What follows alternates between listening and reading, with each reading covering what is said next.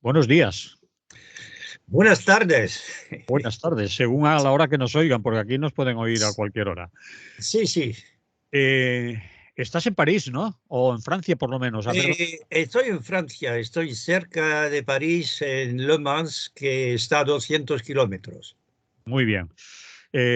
A Frank Minth, del cual ya hemos hecho previamente una presentación, la mayoría de la gente que nos escuche puede ser que lo conozca o que no. ¿A ti qué te gusta más? Frank Minth, historiador, Frank Minth, profesor de español, Frank Minth, multidisciplinar.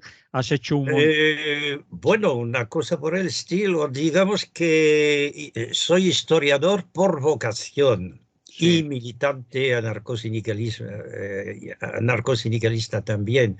Cuando digo historiador por vocación, quiere decir que no di nunca clases de historia ninguna parte y o sea que no me impusieron nunca una materia especial para enseñar y me dedico a trabajar lo que me interesa con, por ejemplo, empecé con la colectivización en España, que llamé, porque me parece más lógico, autogestión en la España revolucionaria, pero al principio yo estaba en la postura de, se habla mucho de colectivización, colectividades en Peirats, en Laval, pero en el fondo, ¿qué pasó? Porque yo tenía testimonios, pero al mismo tiempo era a principios de los años 60. Ujú. Entonces oía, oh, la comuna china, en la China comunista, fantástica. Sí, sí. Y los coljoses en la URSS, fantástico. Y me daba la impresión de que Pierach y Gastón Laval, pues, venían a decir un poco lo mismo. Entonces pensé, bueno, no podemos andar con algo que no sea concreto. Entonces me dediqué primero a buscar datos, Sí, económicos, sí. de si esto se había mantenido como había parecido. Bueno, y después fue, digamos, una pasión. Por eso hablo de vocación, pero la vocación para ir al grano, porque si hay una comedia, algo totalmente falso, como pudieron ser los coljoses, y en gran parte las comunas chinas, pues hay que decirlo. Sí. ¿Eh? Bueno, eso era una puntualización porque historiador puede, bueno, hay muchos historiadores que pueden ser partidarios de la demagogia o actualmente decir, ah, pues Rusia tiene totalmente razón por su pasado de anexionar a Ucrania o lo contrario, Ucrania tiene su propia vocación. Es decir, que soy un historiador comprometido, pero no para demostrar que mis ideas son las mejores. Vale. Tú has escrito, has recopilado, has hecho antologías, has traducido, traduces, escribes, todo Sí, eso. sí. ¿En cuántos idiomas te mueves, Frank? Porque Bueno, eso de los idiomas es muy difícil porque cuando una persona dice hablo, bueno, tal idioma, no, pero te lo pregunto eh, más que nada por la capacidad que puedas tener de recoger textos, sí, sí, sí, de as- digamos de- que yo hago la diferencia entre ser bilingüe, porque es mi caso con el francés y el castellano, y después desenvolverme para hablar y también para leer. Por ejemplo, lo ruso lo leo de modo bastante fácil, pero lo hablo pésimamente porque no lo estudié para hablar. Pero digamos que me manejo a nivel escrito para sacar documentos, pues en inglés, en italiano, en portugués, en catalán, en esperanto y también en ruso y búlgaro, principalmente. ¿Sí? bueno, es importante todo eso, porque hay mucha documentación que un historiador, Exactamente. una persona que se dedica a eso, necesita consultar y si no puede manejarse con esos documentos, lo tiene más difícil. Claro. Y además hay documentos que existen en tal idioma, a veces en otro hay matices, es el mismo documento, pero tú ves que ha sido modificado, entonces a veces pueden ser cosas puramente estilísticas, en otras no se sabe muy bien. Es decir, que conocer sí es muy importante. Por ejemplo, haces una cita, en un momento dado buscaba en bueno, los grandes historiadores de la guerra de España que hace 60 años eran todos extranjeros porque, digamos, iba a decir aquí en España, pero era materia privada, solo había una versión, digamos, del fascismo católico, pero había Hugh Thomas, había Boloten, etcétera, y me di cuenta de que a veces cada uno tomaba una cita del otro y a veces ponía más palabras, menos palabras, o había corchetes que no aparecían, parecía que era una frase única. En fin, Sí. ya me di cuenta de las manipulaciones de, iba a decir mis colegas, de historiadores profesionales editados por grandes editoriales, Sí. etcétera. Y, Entonces, es difícil hay que tener, yo a decir, modestia para decir, bueno, cito tal documento, por ejemplo, faltas de ortografía. sí, Mire, yo tengo el principio que cuando hay una falta, si falta una coma, pues la pongo, sí. pero veo que, por ejemplo, un compañero argentino citaba a un militante anarquista muy célebre que había ido a Brasil, etcétera, y entonces había, digamos, un documento, una mezcla de castellano con palabras portuguesas, y entonces él poniendo entre corchetes, es una mezcla, etcétera. Eso ya es una manera de despreciar al documento o a la persona. Bueno, la persona, cualquier emigrado de cualquier nacionalidad, cuando está en un país al cabo de 5 años, pues ya mezcla, pero sigue siendo o un italiano emigrado, un español, o un búlgaro, lo que sea. Es decir, que hay que respetar, pero la ortografía no, yo la corrijo, ya basta. Entre los historiadores que conocemos por aquí, si tuvieras que elegir unos cuantos, de uno a tres, por ejemplo, ¿quién Ah, pondrías primero, segundo, tercero, por hacer algún ejercicio de ese tipo? ¿A quién te gusta más? bueno, digamos también cosas un poco de escuelas, porque Antonio Elorza, por ejemplo, hace, digamos, 40 años, pues parecía, voy a ser, en fin, digo lo que pienso, Sí, sí, sí. parecía muy serio. Y después me parece que, claro, tiene un gran papel histórico en sí, no solo como historiador que escribe y transmite la historia, sus conocimientos. Por ejemplo, he visto un libro que justamente cita a Bakunin, más o menos sobre el principio del movimiento obrero español. Eso debe ser un libro de los 90, Ajá. y empieza ahí como 40 páginas para decir, bueno, yo estaba en un centro de militantes catalanes, había mucha prensa, y entonces me pasé muchas horas para ordenar la prensa, los archivos, y nadie me agradeció. Bueno, son detalles que no tienen ningún tipo de importancia. Entonces, cuando eres historiador, no vas a poner tu vida privada o que Sí, sí. eso no tiene nada que ver. Pero fue, digamos, pienso que las obras pasadas hubo algo muy bueno. Y, por ejemplo, el historiador que conocí, José Peirats, siendo ladrillero de formación y periodista de la prensa obrera, pues trabajó muy bien y con, justamente con los documentos, sabiendo elegir. Sus 3 tomos de la historia de la CNT son realmente ejemplares porque no se limita al movimiento anarcosindicalista, tiene una capacidad de síntesis, de tomar en un artículo, en un libro, lo que es más representativo. Y me parece que entre, digamos, los jóvenes o menos jóvenes, pues Carlos Taibo también, muy bueno, o también Julián Vadillo, me parece excelente, y seguramente hay otros, pero lo que pasa es que eh, quizá por los años leo cada vez más despacio, pero creo que más a fondo.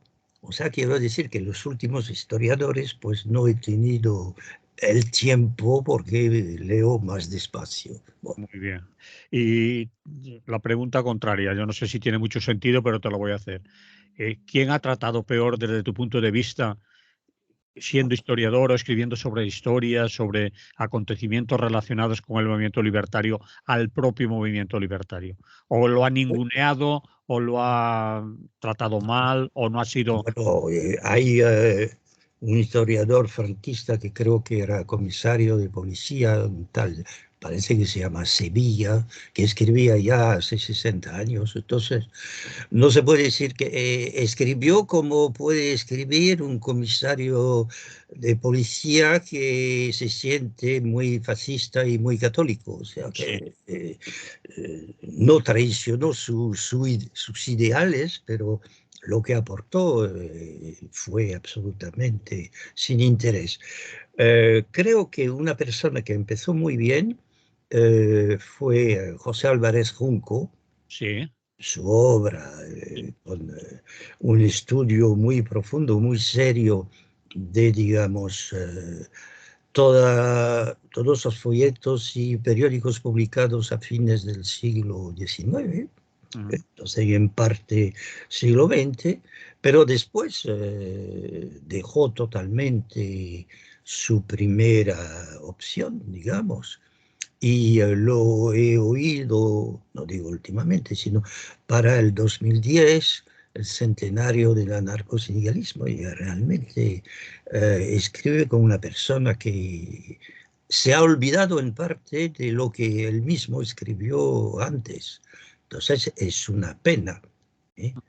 Y entre historiadores así pésimos, pues eh, yo pienso que el famoso Beaver, que escribe sobre un poco de todo, dejo el caso que puede escribir sobre muchas cosas. Y eso puede ser, al contrario, una riqueza para la persona y para los lectores, pero me parece que está fantaseando, haciendo más o menos, uh, a base de documentos, está haciendo un relato más literario, además con sus interpretaciones que no tienen fundamento muy serio. ujú. Entonces, no hablo de Reverte y otros que ya son novelistas, entonces, si tratan mal la historia, pues es lógico, porque para ellos lo que cuenta más es, digamos, la trama literaria.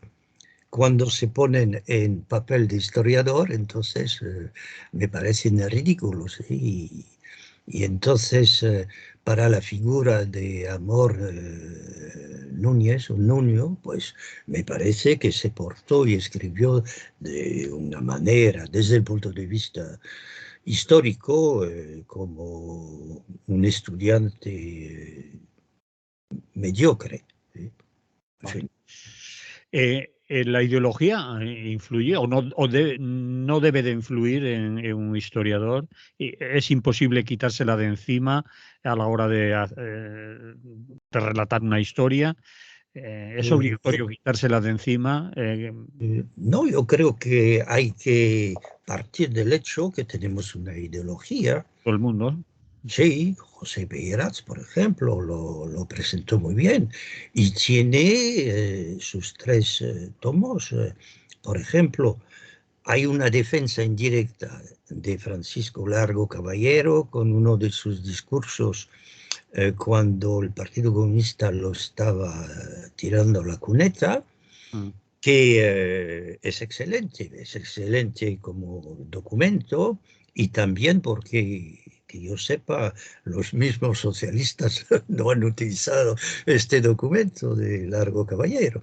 Y creo que, además, como historiador, si no tienes una ideología, ¿cómo vas a poder profundizar? No me parece posible. Pienso que, en fin, ideología para mí sería que, para tomar el conflicto actual de Ucrania, bueno, Mm. cuando vas con un ejército, tiras bombas sobre mujeres y niños, es difícil no estar del lado de los que están atacados, ¿eh? Mm. Entonces puedes decir, son creyentes, yo soy ateo, pero no, lo más importante, digamos, es el ser humano, porque al fin y al cabo, si tenemos una ideología que se parece a la de los monjes, o sea que vamos a crear un convento, un lugar de comunismo libertario, y evidentemente la gente que no cree en el comunismo libertario tendrá prohibida la entrada, pues estamos haciendo un convento ni más ni menos para elegidos, y es la peor cosa que pueda existir, me parece. Entonces, ideología sí, pero cerrada no, y además ser capaz, yo creo que los espejos son una invención fenomenal. Si se sabe, si uno es capaz de mirarse en el espejo Ujú. y decirse, bueno, hoy, por ejemplo, me comporté mal, o fui un tirano con uno de mis hijos, con una mujer que no saludé cuando la tenía que saludar. O sea, ser capaz de mirarse moralmente en un espejo. Y creo que hay mucha gente que no lo hace, o que lo tendría que hacer, o que no se da cuenta que hay gente que necesita algo de dinero y que, por ejemplo, una persona que piensa, bueno, voy a ir a, digamos, a Egipto ahora porque es mucho más barato, etcétera. Eso, o tienes una ideología y vas a dar parte de tu dinero para ayudar a los, iba a decir, los que no son pobres, porque hay tantos pobres que son la mayoría, en el mundo, quiero decir, no quiero decir para España o para Francia. Me parece que esto hay que ser capaz de juzgarse a sí mismo. Muy bien. Hemos hecho una introducción larga, pero yo creo que necesaria y Sí. sí, necesaria para que la gente que no te conozca o no te haya visto muchas veces o solo haya leído alguna de tus obras o de tus trabajos, pues sepa un poco más de Frank Minz. El motivo, en realidad, para llamarte Frank era que nos hemos enterado, hemos sabido, conocemos que estás en un trabajo importante, ni más ni menos que editar una nueva edición o una edición, ahora nos explicarás, de las obras completas de Bakunin, que no es cualquier cosa. Sí, Y, sí, y que tienes pensado que, por lo que me has contado por ahí, a micrófono cerrado, que se dice que son 6 tomos, que ya hay hechos 3, ahora me lo vas a explicar, pero vamos a ello. ¿Por qué se te ocurre, o a ti o a quien sea, o a varias personas, lo de las obras completas de Miguel Bakunin en 2023? bien. 2020. Eh, sí, sí, me parece excelente la pregunta, y, y yo finalmente, en fin, o al principio, no tenía ninguna intención de editar obras de Bakunin porque yo estoy con compañeros en editoriales, digamos, estoy muy cerca de una editorial argentina, también de Calumnia de Baleares, también una editorial francesa, pero editar obras de Bakunin, además pensaba que había bastante, pero poco a poco me di cuenta de que faltaban, sobre todo en castellano, bastantes artículos, entonces los traduje, los puse en internet, y hace como, bueno, ya son cuatro años, recibo un mensaje a través de Internet. Cuando recibo un mensaje a través de Internet, nunca pregunto de dónde la gente tiene mi correo, porque pienso que haya rebotes extraños, no me importa. Entonces, más o menos se me dice, pues, te seguimos la pista desde hace 10 años y vemos que te interesas por Bakunin, entonces te proponemos editar las obras completas. Pensé, esto es un milagro. Pensé, porque yo no tenía ninguna intención. Ah, bueno, pues entonces me metí y como la propuesta caía en el 2010, a fines del 2016, dije, ah, bueno, pues vamos a empezar por estatismo y anarquía. Entonces, compañero me dice, ah, pero esto es el tomo 5 de La Piqueta, de la edición anterior. Que hubo dos ediciones, una en Argentina, creo que era Antorcha. No, Antorcha no, porque eran el movimiento argentino es muy, en fin, no voy a decir divertido, pero está muy separado. Entonces la Antorcha eran los compañeros expropiadores que estaban muy mal vistas por otra editorial, la de Abad de Santillán, de la protesta. Entonces creo que se llamaba Timón o una cosa así. Pero dije, no, no, 2017 son los 100 años de, digamos, de la Revolución Rusa, y en estatismo y anarquía hay una previsión que hace Bakunin sobre la incapacidad de los marxistas de construir una sociedad socialista. Entonces, empecemos por este. Entonces, estuvieron de acuerdo. Bueno, se publicó, quizá yo hubiera querido, pero en fin, en el 2017 se publicó 2018, no tiene importancia, pero aproveché para hacer una larga introducción sobre Marx y Bakunin, porque resulta que Marx hizo una buena lectura de estatismo y anarquía, que solo existía Marx hizo una buena lectura de estatismo y anarquía, has dicho. Sí. de Bakunin, sí, lo leyó en ruso, porque la primera traducción del ruso a un idioma, digamos, iba a decir occidental, pero a cualquier idioma, se hizo a través de Abad de Santillán en castellano. Y entonces, Abad de Santillán nunca pretendió conocer el ruso. Lo hizo a través de un compañero ruso, Shapiro, que era miembro de la IT, que a fines de los años 20 pues, tenía disponibilidad. Entonces Shapiro le traducía al francés y Abad de Santillán lo traducía al castellano, y así la primera traducción a otro idioma que el ruso de estatismo anarquía fue en Buenos Aires en 1929, si recuerdo bien. Entonces fue, digamos, un alarde de capacidad muy buena. Después, curiosamente, no sé, nadie aprovechó el hecho de que existía una traducción al francés. Y la segunda edición, segunda traducción fue al francés en 1969.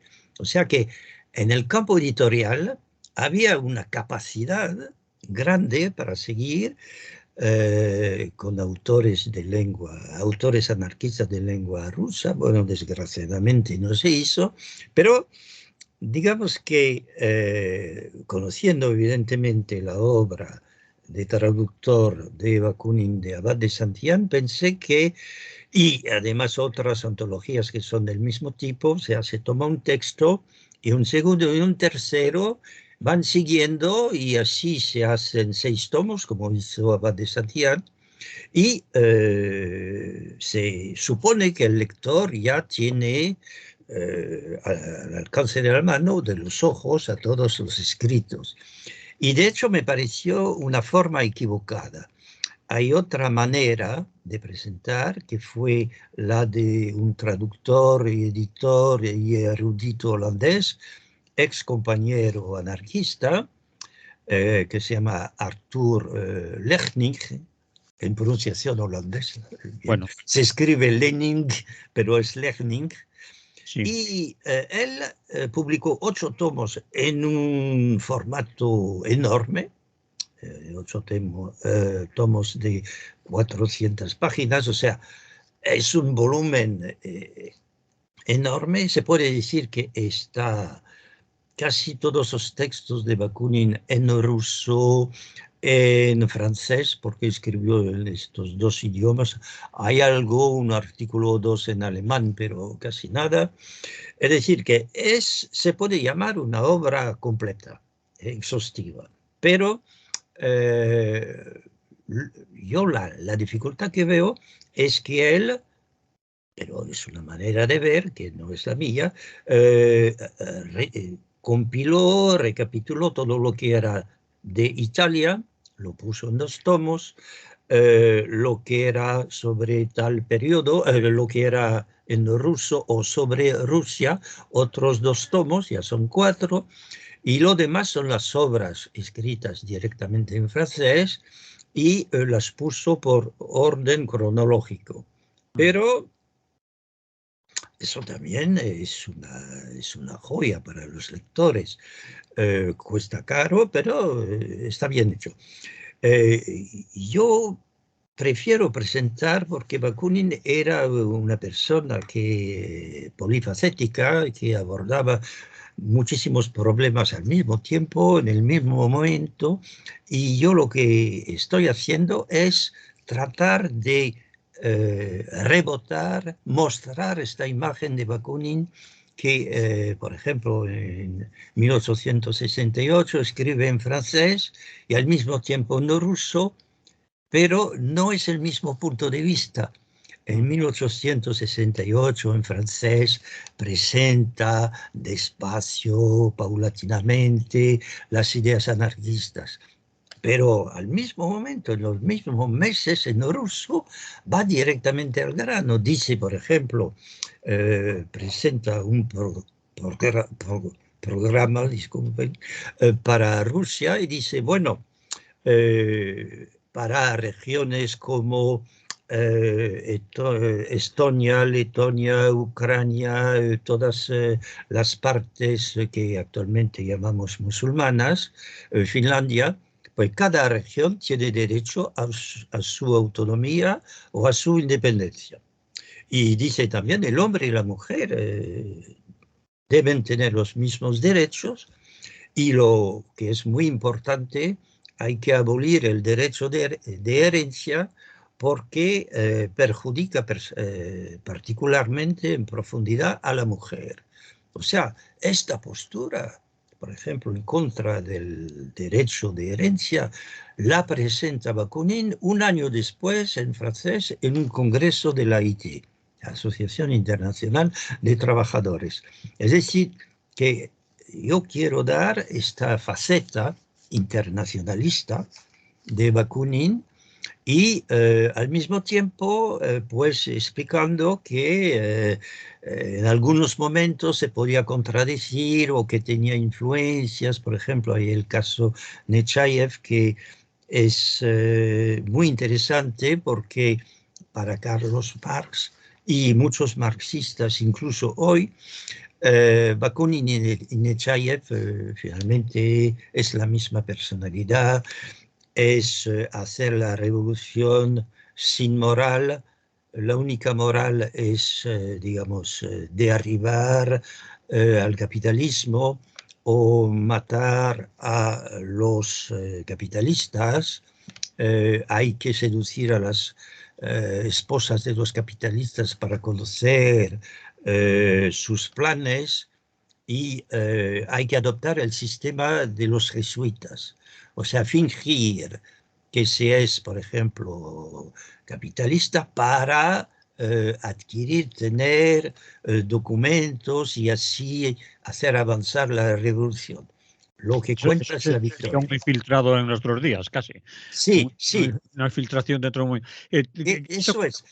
eso, Entonces, disculpa, solo para terminar, de hecho, había una ruptura total entre la manera de ver de Nechayev y la de Bakunin, hasta el punto de que en 1966 un investigador judeo-sefardita, entre paréntesis, Michael Confino, israelí, pero de hecho formado en Bulgaria, porque hay una comunidad judía sefardita enorme. Entonces, este investigador, Michael Confino, encuentra en un archivo en París un texto de Bakunin, escrito a mano, manuscrito, que es una carta a Nechayev yo sé, el 2 de junio de 1870, y le dice, pero usted, porque se le habla de usted en ruso, y le dice, pero usted tiene ideas extravagantes, son ideas de monjes, esto no se puede manipular a la gente, y da un ejemplo excelente, porque usted está manipulando a sus militantes con su voluntad férrea, pero de hecho, si sus militantes caen bajo el poder de otros, por ejemplo de la policía, pues se van a derrumbar, van a confesar, y como es el caso, confesar todo lo que saben.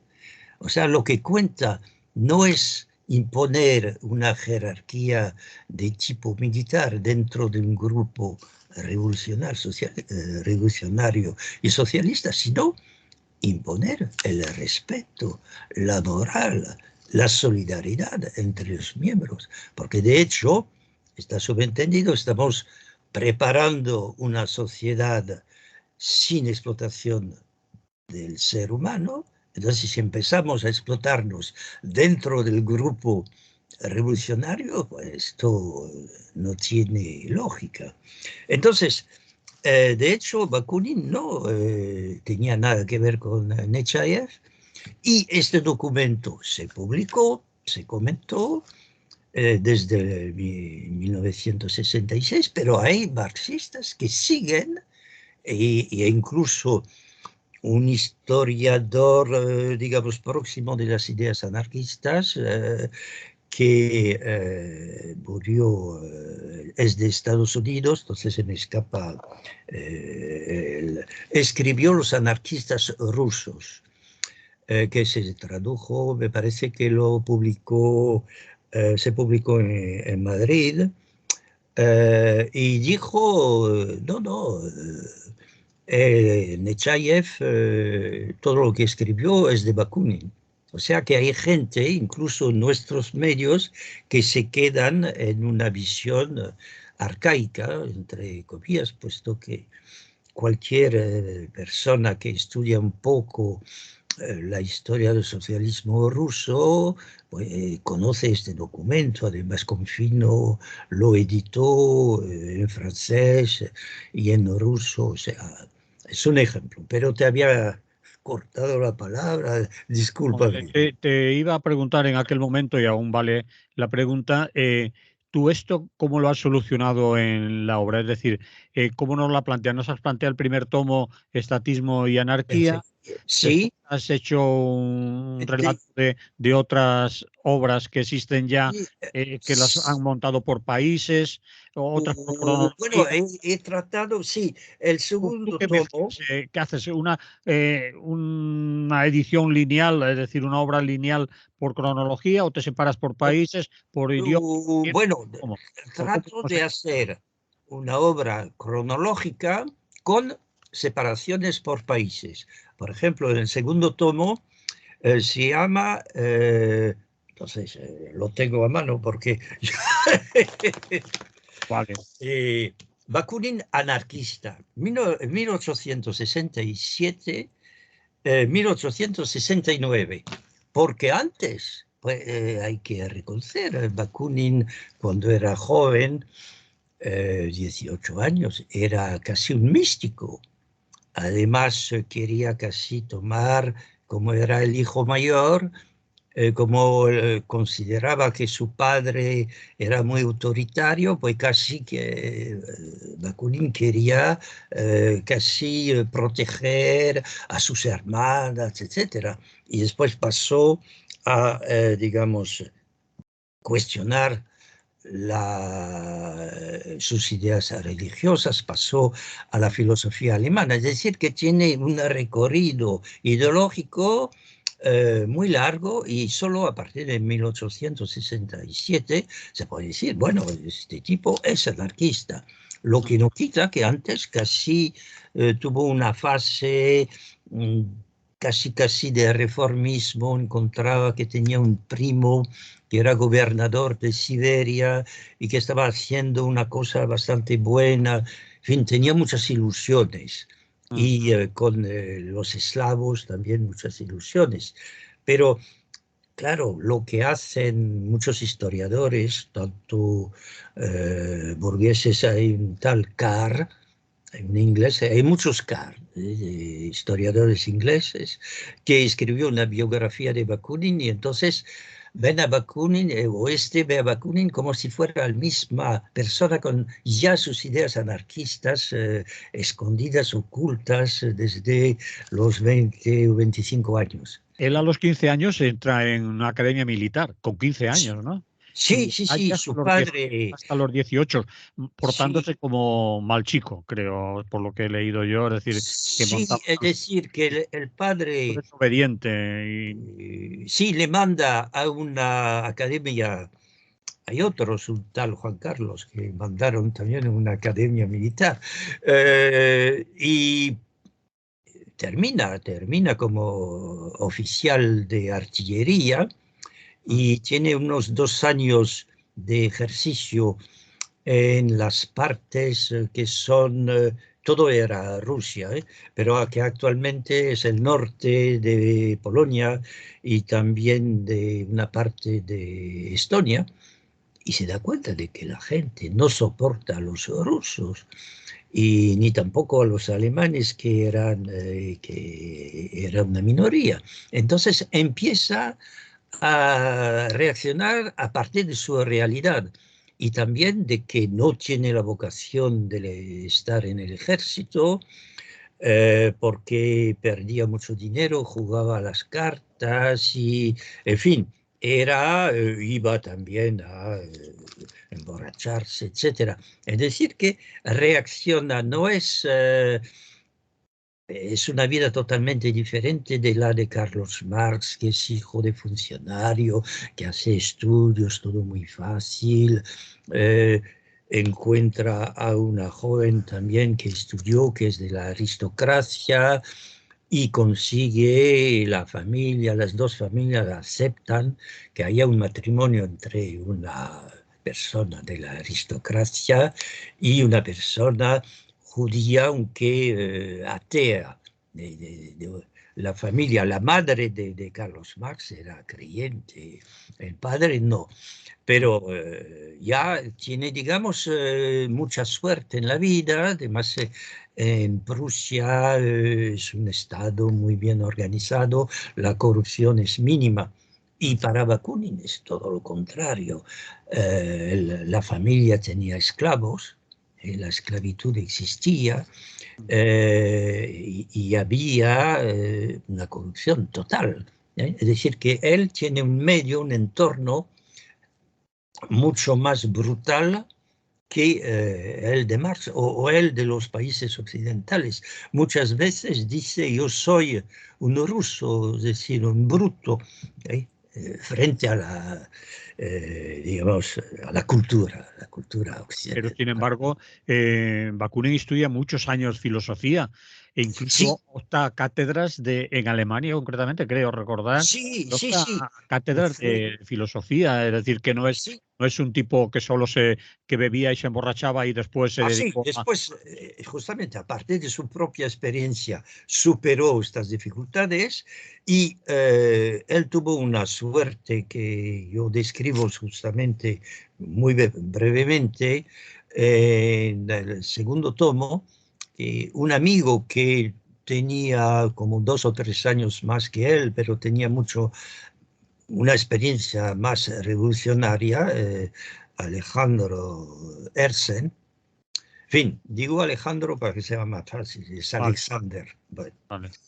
es que antes, en los años 30, en España se traducían todos los nombres extranjeros, ¿eh? Entonces, y ahora no, y me parece bien. Bueno, una Sí. persona se llama, entre paréntesis, Miguel, yo no pongo nunca, bueno, mi editor sí, Mijail, porque yo es muy eslavo, sí, decir Kropotkin, Piotr, pero si es lógico, hay que seguir, se hace todo en ruso. Pero porque en España siempre fue Miguel Bakunin y en Francia hubo siempre Pierre Kropotkin o Pedro Kropotkin. Eso, por eso digo, Miguel. Entonces, este Herzen tuvo la capacidad, la intuición, este tipo es fenomenal, quiere ir a Alemania, le paga el viaje porque este tenía dinero, era hijo ilegítimo de un aristócrata ruso y disponía de dinero. Entonces fue él prácticamente quien mandó a Bakunin a Alemania y allí en Alemania pues se puso a estudiar a Hegel y dijo, pero Hegel, no, lo que es importante es ver la sociedad y la explotación social. Y empezó dejó la filosofía, digamos, y empezó a, estando en Alemania, a ver, a visitar la gente que defendía ideas socialistas. Mm. Entonces fue a ver a un sastre, que creo que me parece se llama Wettling, para conocer sus ideas, fue a París, conocer a Proudhon, también para intercambiar, y luego y eso explica su evolución. Luego, en 1848, hubo un gran movimiento eh, para que los diferentes pueblos, tanto en Francia, en parte en Italia, en Alemania había Prusia y muchas pequeñas monarquías, eh, en todas partes casi hubo revoluciones para exigir más libertades para los trabajadores, también en la parte de Austria que tenía muchos eslavos, y Bakunin lo que hizo, lo que fue para el gobierno zarista ruso lo más, digamos, grave, el pecado mayor, fue que como ruso apoyó a los independentistas polacos. Entre paréntesis, entre 1800 y 1918, Polonia había desaparecido. Polonia, una parte estaba anexionada por Rusia, otra por Austria y el último tercio por Prusia. Es decir, que había provincias que podían llamarse polacas en Austria, Prusia y Rusia, pero Polonia no existía. Es decir, que Rosa Luxemburgo pues tenía un pasaporte austríaco y todos los polacos de parte rusa tenían pasaportes rusos y como querían su independencia, que había muchos polacos emigrados en Francia, pues Bakunin se presentó en un banquete para decir, no soy polaco, yo soy ruso, pero tenemos el mismo enemigo que es el zar de Rusia. Entonces, si queremos nuestra independencia, si queremos un gobierno socialista para cada país, hay que derribar primero el zarismo, todos juntos. Entonces, evidentemente para los polacos fue una enorme alegría y sorpresa, y para, evidentemente, el zarismo ya fue, digamos, algo que se debía absolutamente silenciar, y empezó toda una campaña de calumnia de parte de las diferentes embajadas zaristas en varios países. de que en el fondo era un agente nuestro que ponemos así para poder descubrir a gente, o que no, que de hecho era un tipo que tenía fondos, vivía de no se sabe qué. Total que en estos movimientos que duraron entre 1848 y 49, pues Bakunin fue detenido en Alemania, en Dresde, y fue condenado a muerte por su actividad revolucionaria, pero como había también participado en Praga en movimientos en el Imperio austríaco, no fue ejecutado en Alemania, exactamente en Prusia, sino que fue extraditado a Austria. Y allí pues le pusieron también una pena de muerte. Y entonces no fue ejecutado tampoco en Austria porque Rusia exigió que le fuera entregado. Y entonces se encontró en Rusia en un calabozo prácticamente sin luz durante 3 meses. O sea, una persona que fue condenada ya a muerte 2 veces en 2 países, llega a su propio país siendo un enemigo ya denunciado, y entonces se queda 3 meses, evidentemente, en un estado moral y mental de tensión, porque no tenía ninguna visita de nadie. Los guardianes no decían nada. Y de golpe y porrazo, como dicen, se abre el calabozo y se presenta una persona que él conocía de vista, el equivalente del ministro de Interior, que le dice: vengo de parte del zar, que exige una confesión. Si usted está dispuesto a escribir una confesión en el sentido religioso, porque en la religión ortodoxa el zar representa a Dios. La Iglesia, sí, es el jefe máximo, ¿no? Sí.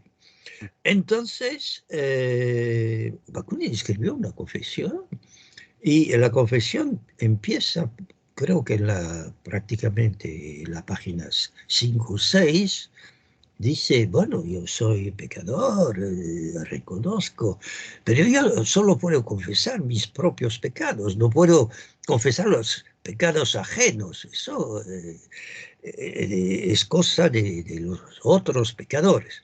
Y entonces tenemos, en fin, existe el documento que el zar recibió. El zar escribió en las márgenes sus reacciones. Entonces escribió, tanto escribía en francés como en ruso. Y dijo: pero eso no es una confesión.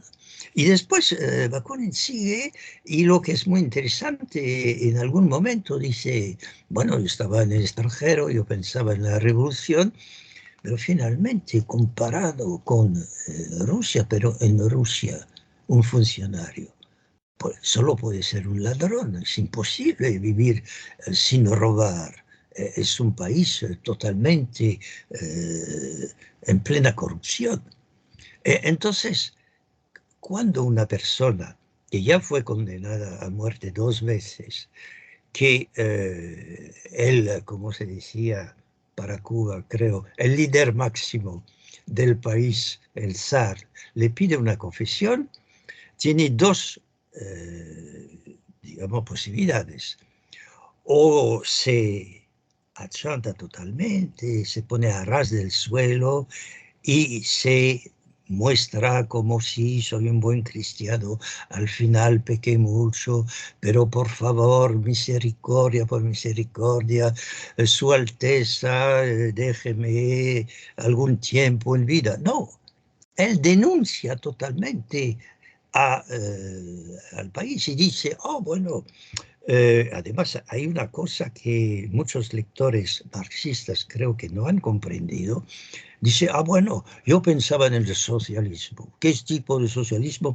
Oh, pues yo pensaba en una dictadura socialista. La gente no tendría mucha libertad porque el pueblo no está maduro aún.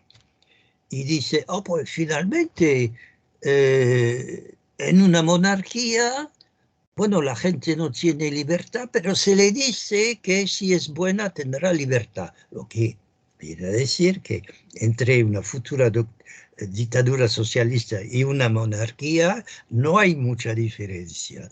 Y es decir, que es una obra que era para ser castigado. Y efectivamente, a pesar de vez en cuando hay unas páginas que dicen Su Alteza le pido que se quedó 5 años más en su calabozo sin luz. Pero para los marxistas eso fue una traición, como un anarquista que habla mucho contra el Estado puede dejarse así manipular por el zar. No era anarquista primero y al contrario fue capaz de insultar al régimen zarista de un modo increíble. Y después se pudo escapar, la familia obtuvo que al cabo de 5 años de cárcel, sin contar los años de calabozo en Austria y Prusia, fuera no liberado, sino desterrado a Siberia. Como se sabe, Siberia tiene una temperatura de invierno a -40, -50 según los lugares, y en la época era, digamos, una especie de, a nivel intelectual, una especie de desierto. Había algunos oasis, pero muy pocas. Y consigue escaparse en 1861 y vuelve, digamos, a Occidente, e incluso poco después se escapa en el 1861, pero en 1864 encuentra a Marx. Y Marx, no en un documento, pero en una carta a Engels, Marx dice, encontré a Bakunin y en 16 años a diferencia de muchos otros, no ha cambiado. Sigue con sus ideas revolucionarias. Entonces, pero esto Marx nunca reconoce esta capacidad de Bakunin. Bakunin, por ejemplo, cuando escribe Anselmo Lorenzo,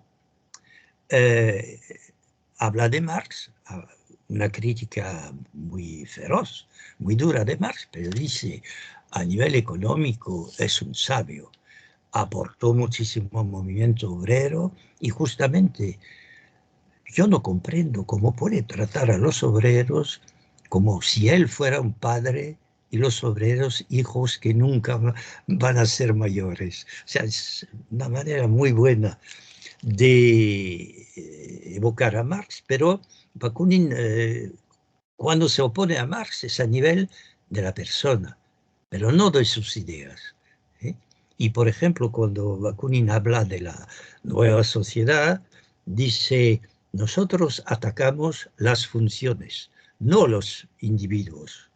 Es decir, que hay funciones de empresario, de ministro, etc. Atacamos la misma función, porque Bakunin decía, cualquier persona, y por eso en estatismo y anarquía es interesante la previsión que hace, dice, podrá existir, haber un gobierno de obreros con trabajadores, pero en cuanto esté en el poder, dejará de ser un trabajador porque abusará de su poder, a pesar, porque es la función, la misma función cambia la personalidad. Fran, se nos acaba el tiempo. Ah, pues lo siento mucho. El tiempo de la radio se nos acaba. Entonces, para que en 2 o 3 minutos me respondas a esto y el segundo tema lo vamos a dejar ya Bien, para, como para quieras, sí, sí. otra entrevista, para otro momento, porque creo que merece la pena y no nos va a dar tiempo hoy. Todo esto que has contado y que he estado escuchándote, me imagino que la gente que escucha la radio también está en el libro, está en los libros, está en los libros que estás editando, que Sí, estás escribiendo, es decir, sí, todo esto está en el encontrar, tomo segundo y la cosa con Marx está en el tomo primero, Estatismo y Anarquía. vale, todas esas cosas tal como las has contado, pero en escritos, tú aparte de los documentos que nos presentes y haces comentarios, es decir, comentas los, Sí, sí, yo trato de valerme pones de en contexto de alguna sí, manera. el contexto histórico, alguna correspondencia de Bakunin en la medida en que puede, digamos, aclarar, dar matices a su postura. Y en el tomo tercero que tiene que salir de aquí a pocas semanas, pues hay el primer libro que no se publicó nunca de Bakunin, Socialismo, Federalismo y Antiteologismo, pero que es una obra interesante porque viene a ser una obra en que Bakunin escribe sobre el papel sus ideas, que va a utilizar después. Y en este mismo tomo hay toda una serie de artículos en ruso que son lo que yo evocaba con una visión muy anarquista Vale. y el principio de un dossier que continúa con el tomo 4, que será para el verano, con el famoso caso de Nechayev que yo hablaba antes, es decir, una persona con una visión, digamos, de hay que ganar, hay que ser revolucionario por todos los medios morales y sobre todo sin moral. Vale, todo eso quizás lo volvamos a hablar en más ocasiones según vayan apareciendo los tomos. Ahora Vale. a la disposición de la gente, por lo que sabemos aquí en la distribuidora aquí de CGT ya está el primer tomo y la gente No, lo puede. es una editorial que se llama Imperdible, Imperdible. como lo que sirve para la ropa, Sí, y están los dos tomos y el tercero que va a salir, digamos, fines de este mes o abril. vale. Una editorial, no voy a decir que es la mejor de España, claro, pero que tiene la valentía de lanzarse a las obras completas. Entonces, Vale. otra vez la agradezco. Bien, pues vamos a estar muy atentos a la salida de los tomos y ya está, repito, y tú lo acabas de decir, a disposición de la gente esos tomos, los puede conseguir fácilmente y seguimos hablando de las obras completas de Bakunin en más ocasiones, pero el tiempo Vale, sigue, aunque nos parezca, a mí me ha pasado volando con la capacidad que tienes de contar anécdotas, recordarte de fechas, de personajes y todo eso. Madre mía, pero si está pues escrito, está en papel, está en sí. libro, pues mejor todavía. Lo dejamos aquí, Fran. Bien, pues gracias a ti y a toda la obra de Radio Clara que se puede decir ilumina Bueno, las mentes. bueno, vamos a seguir hablando, seguro. No es una Bien, despedida, sino una pausa, ¿vale? vale, Hasta luego. hasta luego.